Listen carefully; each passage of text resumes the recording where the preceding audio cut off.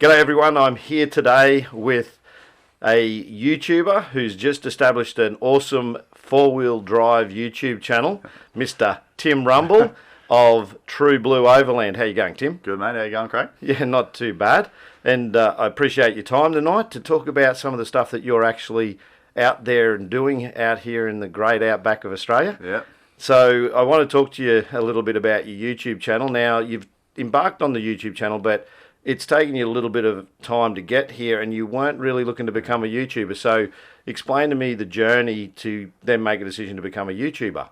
So I bought some camera gear to record our camping trips and four-wheel drive adventures and stuff that we seem to be doing a lot more of over the last couple of years. And it wasn't supposed to be like a YouTube channel, but after just recording them on YouTube, just so my mates and other people and ourselves can look back on it and store it not just on a computer but on the internet. Put them up there, and a few people started watching it. But in particular, my auntie and uncle who travel the world, they kind of got in my ear a bit and schooled me a little bit on content creation, and it kind of just went from there. And they've guided me a lot and given me a few hot tips to keep me going. Mm-hmm. And basically gave me the good kickstart, and just started doing it about 6 months ago. Yeah, that's pretty good. I saw you launch your YouTube video, and first one, and I thought you did a pretty decent job for someone who says in the narrative on the introduction that you're pretty raw to it. I think you did a pretty good job, and I think you've improved over time, which is what happens with YouTube. Oh, thanks, mate. We will show some of the photos later, and I'll grab some of the footage, and also obviously link to the channel so people can take a look for themselves if they're interested in four-wheel driving, or if they're somewhere on the planet and they've not seen the beauty of Australia. Yep. It's an awesome opportunity. You've got some pretty good footage out there with your drones and everything like that. So have a bit of fun with the footage. Yeah. So what are you actually using equipment-wise out there? So just GoPro. I do have a digital DSLR as well. So that's just mainly for photos, but occasionally, if that's the only thing you got on you, because as you probably know, if you're going to these places carrying all that gear. But yeah, I've got a DJI drone. I think it's DJI, whatever it is. Anyway. It's a drone that does drone, right. Yeah, and it's 4K video. It's a 4K? Yeah, I thought the quality looked pretty good. Yeah. I only do everything in 2.7K, and there's no real reasoning behind that except for watching other YouTube channels on the best way to set this and that up. So a lot of people just advise you to do that. So that's all I did off their recommendations. As you said, I'm pretty rookie at it, and but anyway, so just a few GoPros. I use my phone a bit, surprisingly, but that's basically it. Just GoPros and the phone and drone. Now you're producing a lot of this stuff and editing it, which we were discussing this earlier. How hard and not hard, timely it is to do, and that people just think you click your fingers and this stuff happens. Yeah. But I appreciate the pain of being in a production environment. Yeah. But how many guys are actually involved in the enterprise as far as heading out and going on some of these trips? Well, I try to get everyone involved. Obviously, people have stuff in their lives and work commitments and everything else, as I do. Otherwise, I'd be out there all the time. But yeah, just basically getting it all sort of centered around everyone being involved is probably the best way to do it. But occasionally, me and my partner Michelle, we just go, and sometimes even I just go by myself. But just depends who's available. But as far as contributing to the content and all that sort of stuff, my mate Tony has really grabbed to it and real keen with me. So yeah, me and him going forward will probably do a lot. Mm-hmm. So it's probably mainly us two, but at the moment I do all the editing, and it's as you just said, the time, bringing yourself up to speed on just programs. If you've never done it before, it's how you going. But yeah, starting off with one program and then realising that's not quite going to cut it. So then everyone's using Adobe, so you get onto that, and And then you've got mishaps with equipment. Oh, mate, mishaps with equipment. When you get back and realise that audio wasn't recording or something like that. Yeah, that was everyone apparently goes through it, but I went through it on the last trip, and about 15 videos, probably about an hour worth of content just down the tube. How far out were you? Oh. Can you get out there again and refilm some of it? No, probably not now. But anyway, you just miss those moments, unfortunately. And on the particular rig that failed, it was the one with the external mic connected. So it was the one with all the audio, all the banter, all those funny stories and stuff you talk around a campfire all while out four-wheel driving, and just to lose all that. But luckily it wasn't all lost. My mate Tone was on a camera, so he kind of saved the day with that one. Yeah. But no, yeah, it's you live and learn. So plan Bs, Yeah. isn't there? So we were discussing that a little bit earlier when Test we were your setting gear. this stuff. Yeah, testing the gear. Have you had any scary moments out there where you've heard noises or seen anything that you think we're going to get eaten by a? What do we got out here in the outback? Oh mate, there's a lot that's trying to get you out there. But no, haven't really ever been scared. Like snakes is obviously like surprisingly you don't really see too many of them. Like I haven't. But there's been a couple of browns, like only little ones that come near your camp. But you just obviously common sense and just so leave them be. So you look after the wildlife out there. Yeah. Obviously. Unless it's a brown snake trying to get into you. Defend your patch against snakes, you reckon? But no, it's very good. Yeah. So you mentioned that you might get the odd small snake come in, but what other scary moments do you experience out in the outback? What are some of the scarier mishaps you've had? You're mentioning being on slopes and getting stuck on your own, and being stuck on your own, like it's fun, but the recent trip we went out Outback Queensland, so we're on a floodplain, and we're I think it's about 250 k's from the nearest town, and we got bogged.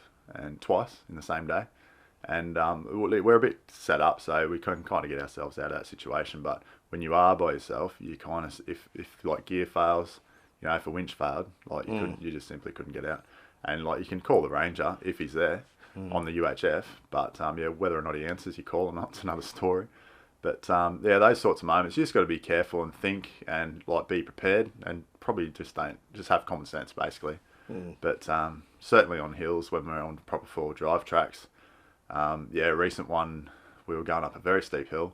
I was the first one up it, and anyway, luckily quite didn't get up there, and actually stalled it just as it started to like lose momentum and power, and obviously you lose all braking power, and she slid back about 10 metres, and it got the heart racing, and you got the shakes on, but anyway, you just let another 5 pound out of the tyres, and you're straight up, so. It wasn't really a problem. It's just gear selection. And so when you got bogged on your own recently, you said that you had the winch, but had you not had that, you had some other strategies that you might throw at it to try and get out of the situation when you're on your own. Well, generally you'd throw a set of max tracks or something underneath the tyres, which is just like a plastic board with grippy things on it, so your tyres catching it. But I didn't pack them because I thought we wouldn't need them, and my partner Michelle was quite disgusted when she asked where they were, and I said at home, 800 k's away.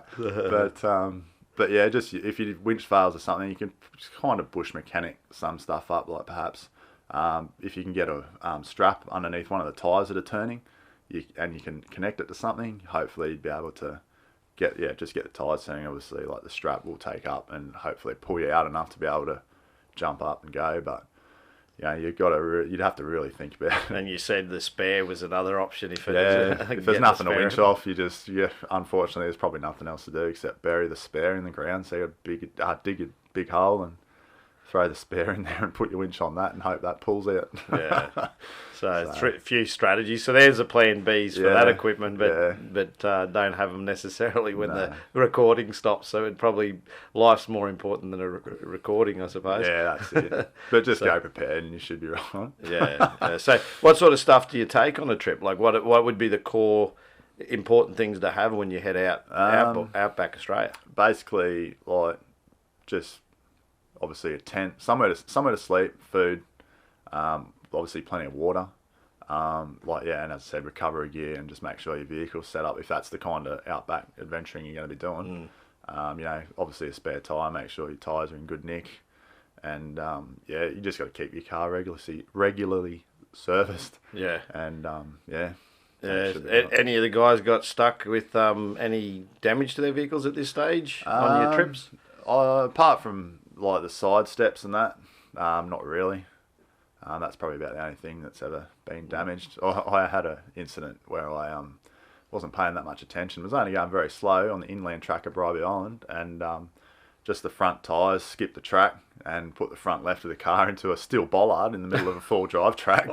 So that wasn't very fun. And we got over that. Yeah. That was a bit of a long story. But, so where are some of the places you've actually been to and headed to? We got some photos too. We'll go to some of those later and talk through some of the stuff you've seen. But where are some of the places you've actually been? Well, we started off obviously just in our immediate sort of vicinity, like Bribie Island and whatnot. But as we've gotten more and more into it over the last probably 3 or 4 years actually, we just started going a bit further. So and we try to go to places where not many people go to, and try to like really grab that remoteness about where we go. So but yeah, so we've been out as far at this point as Kalgoa Floodplain National Park, and that's where we got bogged on the floodplains. That's about 800 k's west.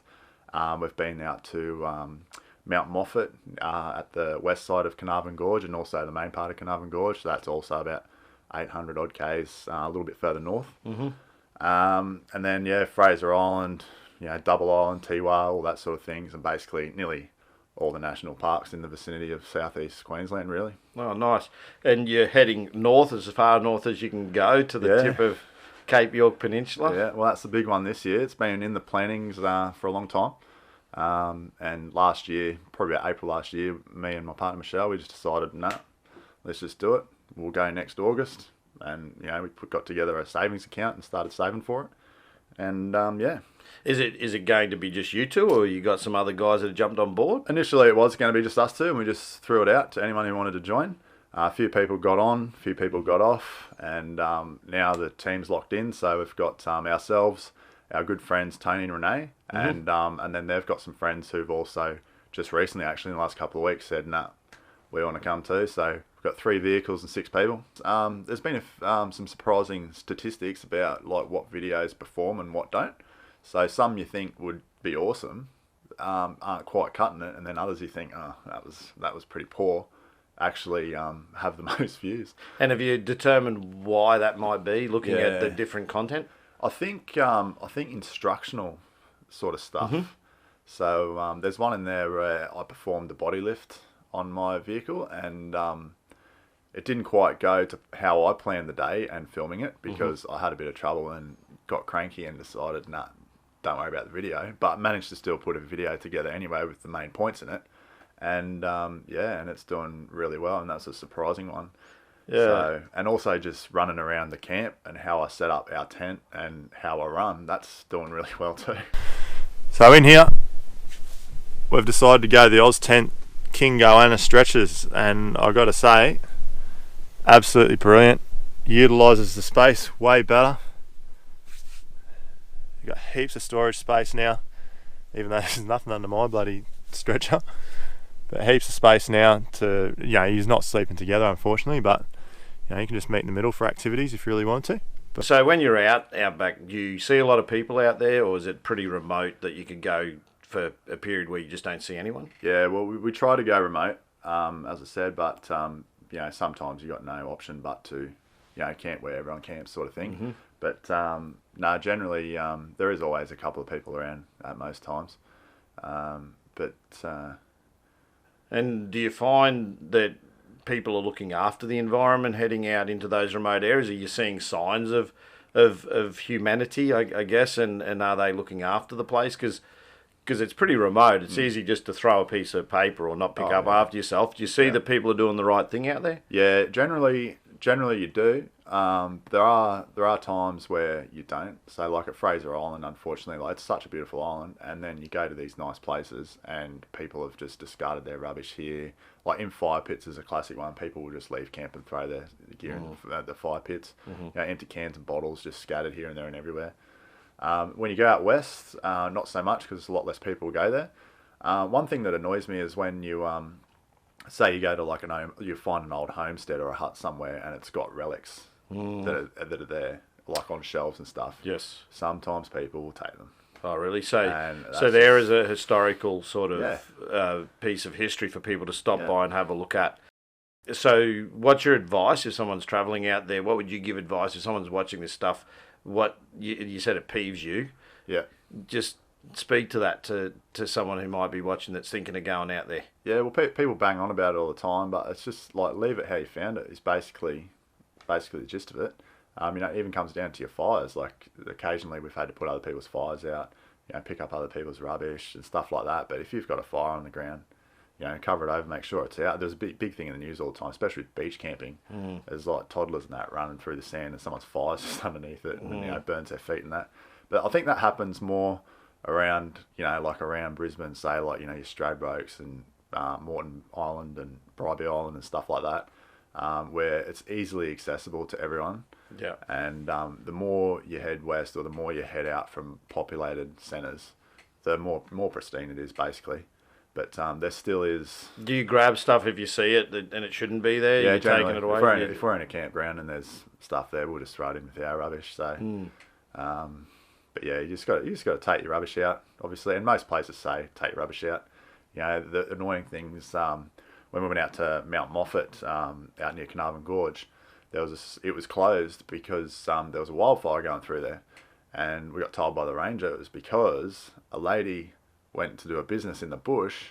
She tried to do the right thing by lighting her toilet paper on fire and letting it go out, but she obviously didn't watch it, and then it created a big bloody wildfire. Wow. So yeah, you just got to make sure you just do the right thing. And it's just common sense. So. Yeah, I would never have thought of that. That's a story I've not heard of someone actually. Is that something you do out there, like with your toilet paper? Generally, you got to dig like a decent hole, and then it will, in the ground, toilet paper will go. You can even get biodegradable toilet paper, but it's all biodegradable, I'm told. You just got to bury it. So, but yeah, if you don't want to dig a hole, or you can't dig a hole for whatever reason, you can just light your toilet paper on fire, but stand there, watch it until it's gone and out, and then that's the end of it. Yeah, that's all right. I just haven't heard of that one before. So that's what I was saying to you earlier when you're talking about going up a slope that is pretty steep, and you said you're shaking and everything because you lose traction and you start to go back and you lose your brakes and everything like that. And you said there's cliffs on each side of the steep incline, and I said I don't know that what you're doing is for me. I like watching what you're doing, but I don't know that it'd be for me. It's not obviously for everyone. So no. I'm not privy. Some people may not be privy to those sorts of little things that you expected when you're out there. The toilet etiquette, I suppose that is for the looking after the planet and everything like that. Yeah. So the Cape York is on the cards. Yeah. What's the route that you're taking? Well, that's a pretty big trip. I think it's on most people's bucket list kind of trips. It's one of the biggest trips, I guess, in Australia for four-wheel driving. But so we're going to just head north to Port Douglas, and we're going to go scuba diving in the Great Barrier Reef, and then so we'll spend a couple of days there, and then we basically head off into the Daintree, head up to Cooktown, and then into like Cape Melville, and then across to the main road, and then up a bit, and just basically every four-wheel drive track that's open, we'll have a crack at. And, yeah, we'll see. We won't see it all. How long is that trip going to take you? We've got a whole month to do it. Okay, that's all right. So that's why the extra savings account and everything like that. Yeah, the extra savings account to cover, obviously expenditures. We estimate it'll cost, or I estimate we'll have changed from $4,000. Oh, okay. But my partner Michelle thinks it's going to be more like $5,500. So we'll see who wins the bet, but she's usually right. Well, that's a passion, isn't it? That's what it's about. Yeah. If you love it and it's healthy and it's an investment and it's something that a lot of people don't get to do that. But that's a key word you just said before. Is it's an investment in an experience. Yeah, it is an investment in experience. But hey, I don't have to spend a cent. I'm just going to watch it on your YouTube channel. I won't have the experience, but I'll get a taste of what it was like. So, which is actually what the beautiful thing about what you're doing is while you're keeping it as a memory for yourselves and your friends, it's the added bonus that you're showing to the world the beauty of our country. Yeah. And not only that, it's like you say, you're helping people who may be in Australia themselves doing four-wheel drive trips or wanting to do those trips, and they get to see the journey and what they may need to be doing to be prepared for it. Yep. So it has an educational value as well as just to share the experience. And one of the positive feedbacks I guess we've had from people in the industry, and my mate Tony, who helps out a lot with the video.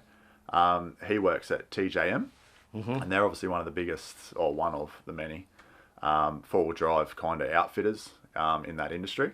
And some feedback he's had from some of his higher-up people and his company have said one thing we've got going for our channel is we're not all $100,000 in debt for our vehicles. They're normal, everyday vehicles that most people can relate to.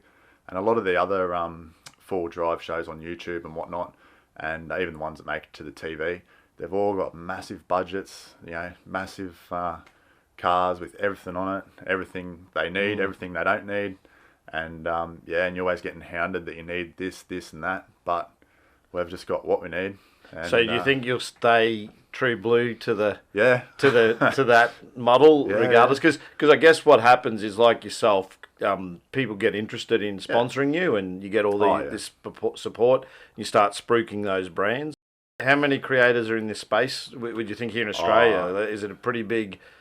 I'd say it's pretty genre? big, but there's probably about maybe 5 main ones. I guess you could probably nail it down to 5. You might be able to stretch it out to 10, or you probably could definitely stretch it out to 10. But from the people I kind of watch constantly, there's really only about 5 that keep you coming back every time. So or every week when there's a video. How frequent are you putting up videos? I try to do one a week. So what day do you post? I do it on Sunday. I kind of thought it might be Friday afternoon or Sundays, but I tried Friday afternoons, and you kind of, like, as we touched on before, there's a lot of work in editing, even from what I'm doing. How much time would you be spending editing a week, would you think, per? Mate, if I don't have basketball or training, it's pretty much every night. Yeah. So if I go out on a weekend, that if I don't already have footage, it'll be that weekend that I have to put it up. Yep. But usually I'm like a week in arrears. I try to be a week in arrears. So you always have something ready to go, and then whatever you did that weekend will go up in a fortnight. I just try to think when people might, so like myself, I think, well, when do I sit down and just dedicate some time to the couch and watch YouTube? And it's basically, sometimes it's every night, but a lot of the times Friday evening, if I haven't got anything on, I'll sit there and watch a couple of hours, and then the other time is Sunday afternoon. All right, mate. Well, we'll go through some of these photos that we've got up on screen here, and talk us through some of the stuff that you've actually done, and give me a little bit of and our audience a little bit of a feel for what you're doing. Yeah. So what the other thing with the content creation, like it's not just YouTube. Something else I've been doing, my auntie has got me onto it, is Shutterstock and like stock websites to put your photos up there. And people will go through photos when they're trying to find a particular image, and they'll purchase it from you. So I actually have made money from this. So I think the first photos I put up there in like probably February, I guess. So yeah, I've sold 5 since then. So, but anyway, I'll just throw them up. So well, I mean, there's some good photos there. So this is one of the ones that you've actually got up on Shutterstock? Yeah, so this is just one from Fraser Island, obviously taken with my drone. And how high do you think the drone's getting there? People reckon you should keep it at 200 meters. I think, 120 meters. But what did you go? Yeah, no, that's about 200 or 300.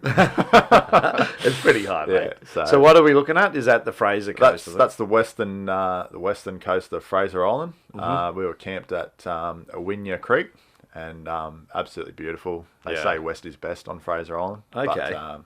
But anyway, as you can see, it's quite beautiful. Yeah, that's just after the sun went down. So nice. You've been worried about losing your drone yet? I suppose it warns you, doesn't it? There was one time I was very worried. It was at a big gorge waterfall type thing. There was no water flowing, unfortunately, but it was quite high in the little lookout pontoon they had up there. It was basically straight off the side of the cliff, and there was a lot of updraft.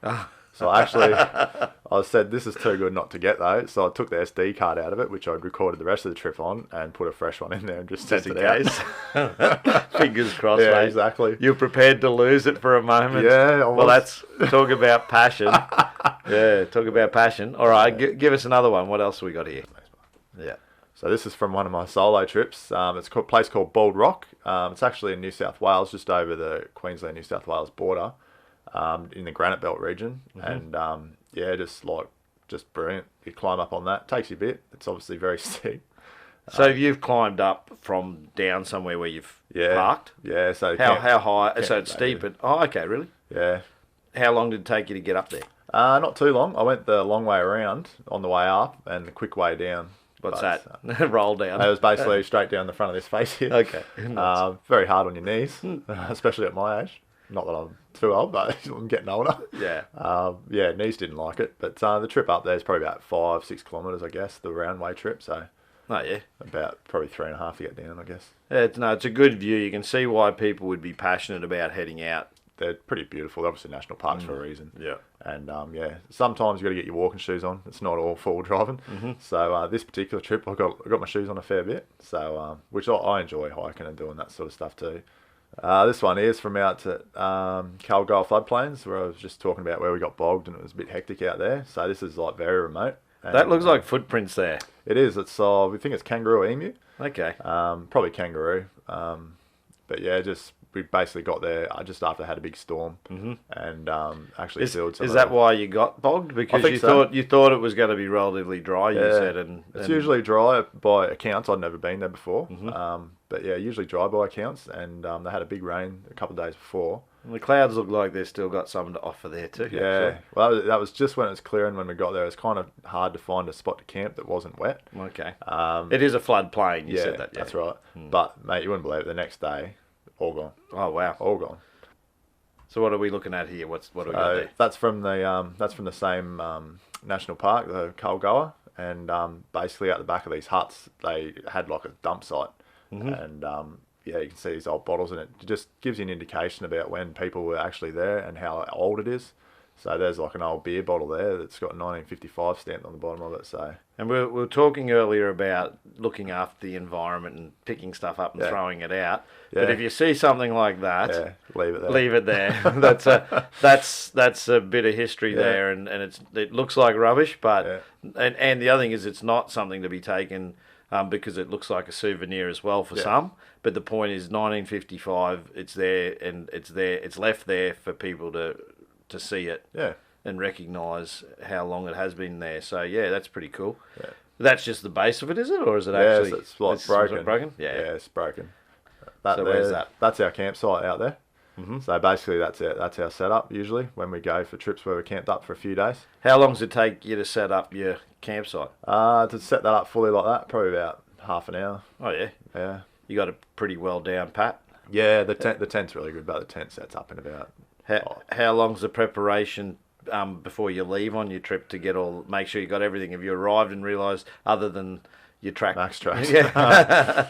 No. Have you left anything else, like where you gone, gee, I forgot to pack that? Yeah, occasionally. Michelle basically looks after like the kitchen type box. We've got two big army boxes where we have one for setting everything up and then one for kitchen and food. So basically, Michelle goes through all that, make sure it's all stocked with, like... Do you have a checklist? I imagine you got to... No, not anymore. I think it's in Michelle's head, and then, we just go... We just have a checklist of what food we want to take. So beforehand, we just plan, what do we want? And then it's just go shopping from the fridge. What are you eating out there? Oh, mainly just steak and veg, or steak and potatoes and salad. Not salad, so it doesn't really keep in the camp fridges for some weird reason. I haven't quite figured that one out. All right. So I see your vehicle's starting to look a different colour there. Yeah, mate. so that's lucky. It's got the mud coat on it. So. And you got a stream of spotties there, like LEDs on the top there. So for night, do you do much driving in the night, or occasionally? You avoid it? Or? I don't shy away from it. I'm always keen, but not a lot of other people are keen.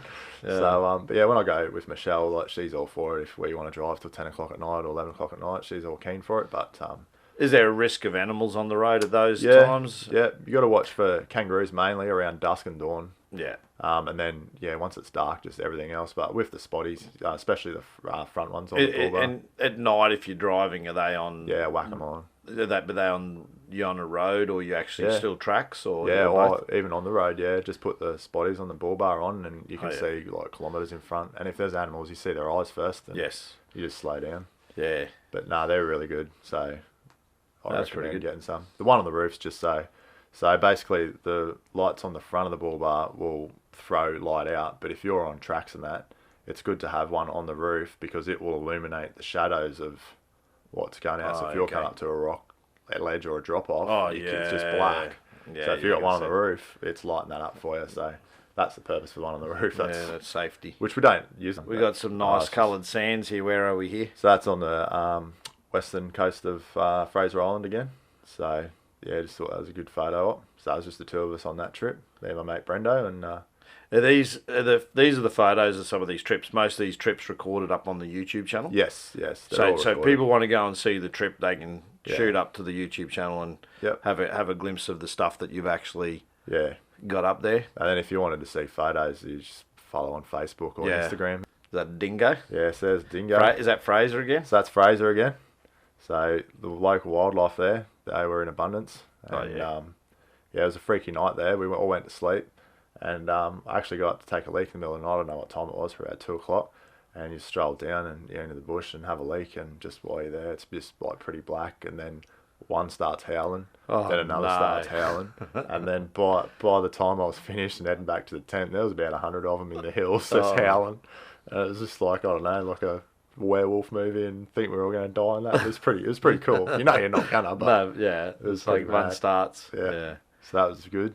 So for those watching, that's the dingo, the Australian. The Australian native- dingo. Yeah. They cop a bad native. rap nearly every year up at Fraser Island, but it's basically due to negligence. You know, the most recent one, like, yeah, if they just shut their door, their toddler wouldn't have got taken out of their Yeah. thing. And that's the stories I've heard, apart Yeah, from yeah. the media. So I don't actually know the full story, but You gotta realise that when you're out at these places, like you mentioned snakes and things earlier, and Australia's renowned for being one of the most dangerous places on the planet. But any Yeah. place is dangerous. There's always dangers, so you just got to be conscious of those dangers and respect the wildlife, I suppose. Like that's what it comes down to: understanding what you're sharing the wilderness with. that's right. Basically, if you don't feed them You're good. or leave scraps around, you're good. Oh yeah, that's a nice photo. And they're tagged. I see he's got his tag on his ear there. Yeah, a couple of them are tagged. Not all of them, but Is that because they've been bad? yeah, I don't know. He's a bit unlucky. Yeah. Probably a bit of an ear pierce there, but yeah, no, they obviously monitor the population on the Yeah. island. There's an example of one of the huts out in the Outback that you might come across. So how old would that hut be, would you think? It looks like it's been modernised with that Yeah. window there a little bit. Yeah, it's got some nice windows and some doors across the front. So, I actually couldn't tell you, but apparently the area dates back to the late 1800s. Mm-hmm. And obviously that's been touched up. That's apparently the main homestead of the whole property. Oh, yeah. So it's basically 3 cattle stations that were, what's that word? Taken back Taken as, back by as the national. government, Yeah. So interestingly, if people have a vision of what Outback Australia actually looks like, Yeah. that's probably a good example. pretty of, good. Like, there's not a real blade of grass there, Yeah. is there? It's the red. Well, you're not the red centre, but that's Yeah. that's the It's all image. red. Yeah, You just the get red to a ce- certain point, mate, and it just all turns red. Yeah, So, it's amazing, isn't it? but the other word that came up, which I haven't heard since I was a kid when we went out on this trip, was scrub. Oh, the scrub, Aussie yeah, scrub. Yeah. So yeah, it's pretty easy to determine the scrub and the bush. So, but yeah, that's probably more bush, but Yeah. but yeah, definitely scrubby parts. You're looking here at a pyramid. Now, last time I checked, I didn't know we had any Egyptians in Yeah. Australia. But what's the story behind this? You're driving along, you're seeing this, and Yeah, well, it's one of our favourite spots to go.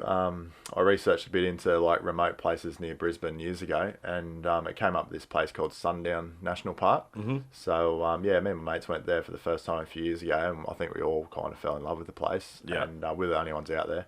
But a couple of times we've driven through. This is actually at Ballindine, and it's down near Stanthorpe. And a couple of times I've driven through, and you can just sort of see it from the highway. And while I was on my solo trip, I just thought, oh, let's go have a look. So go have a look, and yeah, some legend's just built this. He doesn't let anyone go in there. It's on his private property. did you fly the drone over it? Yeah, I put the drone up, went over. Didn't get shot down or No, anything? no. It's like- If he ever wants the footage, whoever sees this and he wants some footage, I'll happily give it to him. Yeah, no, that's all right. Yeah, no, I think that's a pretty unique monument there for whatever he sort of built it for. It'd be good to ask him, I think. Yeah, it'd be But nice. I think there'd be a bit of work there, wouldn't there? Oh, Looks like totally. how high would that? Well, look at the trees around it. Yeah, So, I reckon it's pretty high, but it'd be hard to kind of say. Probably about, I don't know, 30, are they weeds on top? 30, 40 metres. Yeah, they're all growing through, yeah. Sort of tree, so they grow anywhere. They're all growing through. No, it's good. I hope he Unique. makes a tomb for himself, actually. And Yeah, well, puts maybe- himself in the middle of it. Maybe that's what it's there for, or who knows? Another old hut. Yeah, Is that so, is this the kitchen here? yeah.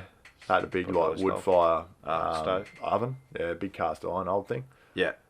It's fallen through the floorboards years ago, and it's slowly sinking into the ground.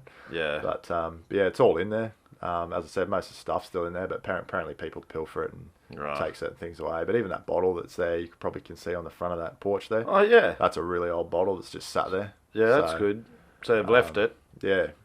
I wonder why it's disappointing that people feel that they can just help themselves to these things when it is a heritage type and thing. The other thing is too that if there's bottles, there's usually old bottles of alcohol and stuff, like of whiskies you've never heard of, and some blokes will just go put an empty stub Larry up there. Like, why would you? Yeah, how stupid. Yeah. I know that's probably all these blokes did in that day, but just leave it how it is. Basically. One of your side interests, mate, is the astronomy stuff. So you got a photo here, and I can see, is that a shooting star or something you've captured? Yeah, there's a shooting star in that top bit. Yeah, it's actually a bit grainy in JPEG, so apologies for that.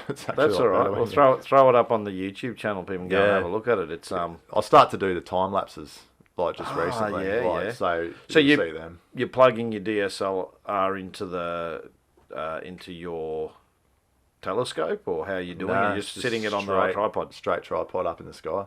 Yeah. What's your settings on that, out of interest? Oh, it's like I think it takes a photo, like a 15-second exposure, and then I think it takes every 10 seconds for like 3 hours to get 8 seconds of time lapse. Oh, yeah.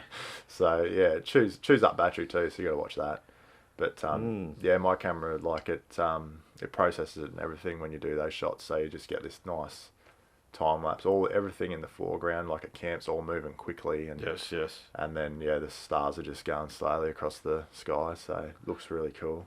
Yeah, I will have to throw. Is that up on your YouTube channel? Yeah, there's some on each videos there, but I have contemplated just putting those up by themselves as well. Yeah, with some nice music, mate. You probably find that there'll be a whole audience geared around that. So I have been thinking about doing that. So there's people into all that sort of stuff. Yeah, I just got to figure out how to make the camera go longer. So.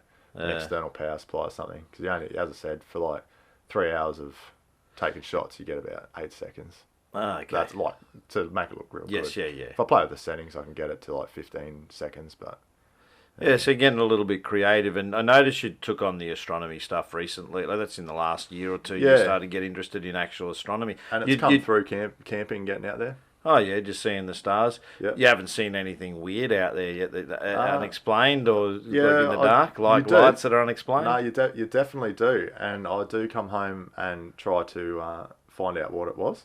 Yeah. But one thing that's pretty cool, especially when you get out where there's no light pollution, like you can see from that photo, like there's stars right down through the trees. Yeah. And it's just mental, and I don't think people look up at the skies enough. And like when, as I said, when we've started going camping, a lot of people go to bed early when they camp, and I'm just totally not like that. I'll stay up till midnight, 1 o'clock, just to enjoy that. Yeah. You know? So if I ever had the influence, I reckon I'd start a project called Operation Eyes on the Skies. Yeah. And just everyone around the planet point their cameras up to the sky on the same day, like they do. Yeah. What's it called? The Earth Hour. Yeah. What they do is just doesn't matter day or night. Everyone just 1 hour of the day, just capture the sky from the ground up and just post them on a website. No, that's for the whole world to see, mate. Would be unreal, but it's amazing that like when you see that image, to think that all those stars are out there and we don't see them because of the light and the pollution that's in the actual atmosphere in cities. Yeah, if we go out in the backyards, you can't see the Milky Way to save your life, but you go out where there's no light pollution, and we're actually lucky. The northern part of Bribie Island where you can camp is actually dark. Yeah. So you can see it there, but it's only a small section of sky. But obviously, if you get out of town like a couple of, I think out past Warwick, it starts becoming dark. Yeah. You basically see this, and you can look up at the sky, and you can vividly tell where the Milky Way is. And your eyes adjust to it. Yeah, definitely. And there's other galaxies out there that are visible, mate, that I didn't even know existed.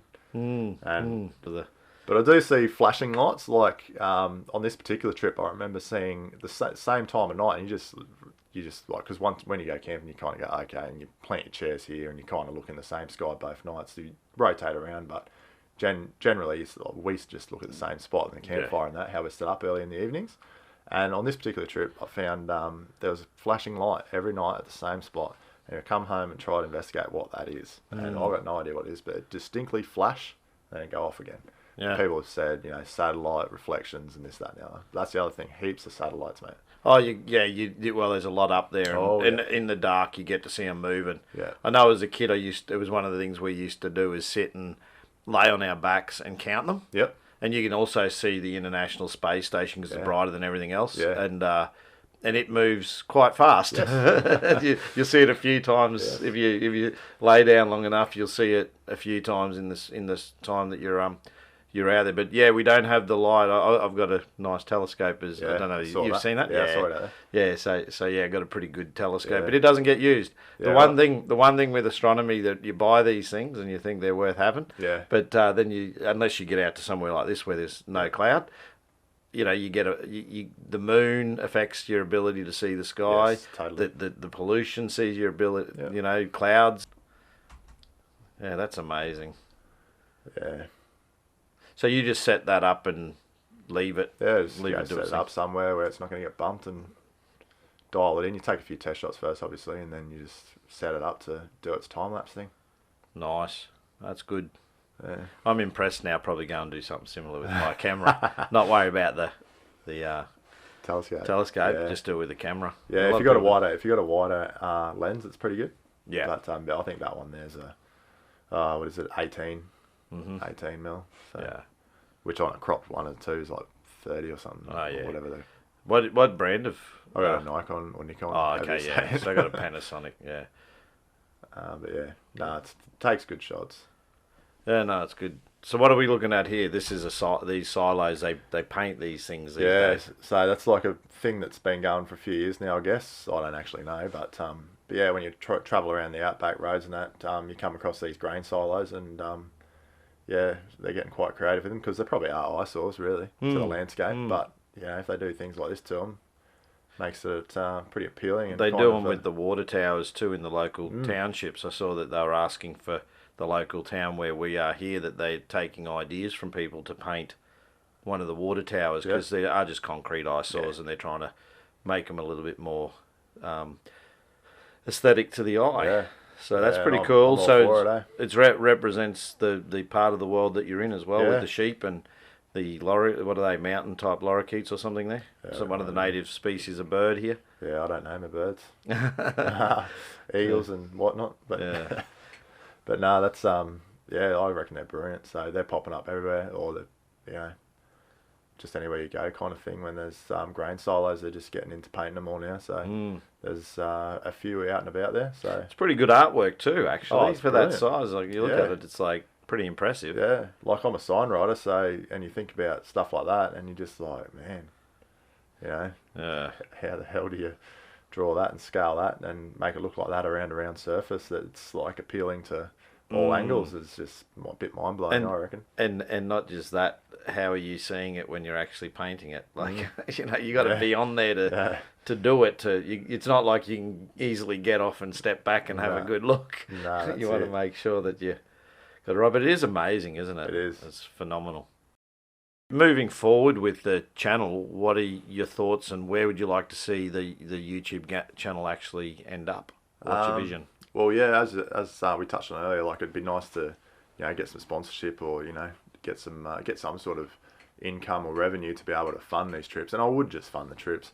And I've told the boys if everyone involved, if they're keen, like I'm not just going to take it on myself, like because it does take a group effort, like even if they're not editing or contributing to content, just to be there and be part of it. Yeah. Because I think people probably get a bit sick of seeing it if it was just me. But the reality of that is it probably is going to be a lot of just me. But and that's when the places you go, you be selective and try to make the places you go as interesting as possible. Yeah. But going forward, yeah, that would be nice. But at the same time, I'm not driven by that. I actually find just the creative element of actually doing these fulfills a part of me. Yes. And one thing that I have definitely noticed when we used to come back from trips before I did this stuff, I wouldn't say depressed, but you're kind of on a bit of a downer because you've got to go home.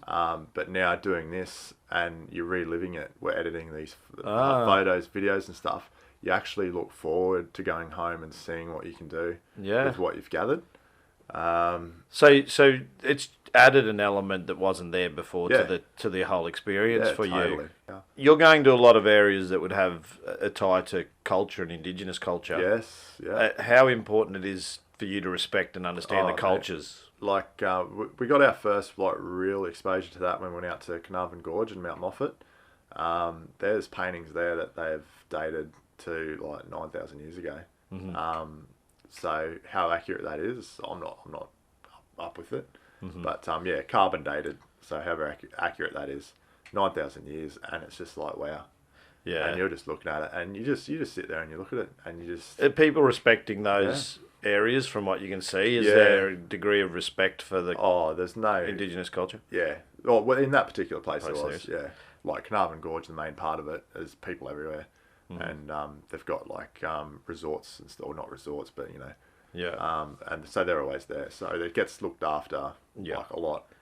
And we've actually, I'm not sure if it's going to happen, but one of the girls coming with us, Tammy, has friends or something on Thursday Island, and they've invited us to go hang out with their mob, that was called. Yes, mob. Yeah, that's the hang out with terminology. their mob. Yes. And stay with them and have a look at what's going on. Yeah. So I don't know how much that'll eventuate, but that will be really, really cool. Yeah, So, I think if you going into those areas where the Indigenous heritage and culture's there, then respecting it's very important, and the other thing is learning about it. Yeah. It's something that we don't get exposed to No. in schools, I think, enough. And I don't think enough either. Yeah, I think it's a slight on us, to be Yeah. quite honest, and an insult to Indigenous people that we haven't recognised them as they should. Definitely. But as far as culture goes, you're going into parts where that becomes important. So educating yourself on that, and I guess you'd encourage people to do the same if they're heading out.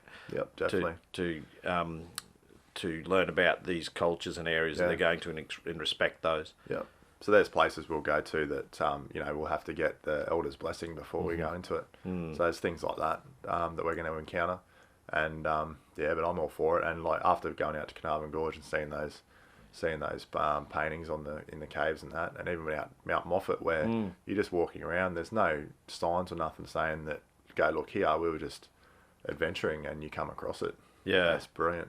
So a lot of the places that are away from the touristy spots, I think you really got to know where they are. Yeah. And if you're in the know, like power to you, but I don't think it's like regularly available information. Have you ever thought of taking an Indigenous guide with you on a trip? Yeah, well, it probably not at this point, but it has crossed my mind. But I think that might be another trip and another story and another a later time when there's a videos, few more runs on the board, I guess. Yeah. And how many videos you got now? Oh, I think it's 30 something. Yeah, but a few of them in the early days aren't nothing. So yeah, no, I know that experience from the other channel that I have, that everyone starts somewhere. So as we are with this People with a Passion channel, that throwing some new content out there to the world and see if people are interested. So look, Tim Rumble, True Blue Overland, I've loved having you on the episode, on the show. Thanks, Craig. And I know you're moving away from where we are at the moment, so hopefully you'll be back to visit family and friends, and you can see how it's evolved over time, and I'll at least I'll still be able to see all your content. I won't feel like I'm missing out on the trips. Yeah, no, all good. All right. Thanks very much, Craig. No worries, mate. Good to have you in. All right, mate. Thank you. Take care. Thanks for taking time to watch this video. If you enjoyed what you saw, please give it a thumbs up. If you haven't yet subscribed, make sure you smash that subscribe button and also hit the bell button to get notified when new interviews are uploaded. Once again, thanks for joining us, and hopefully we'll see you again sometime. Catch you later.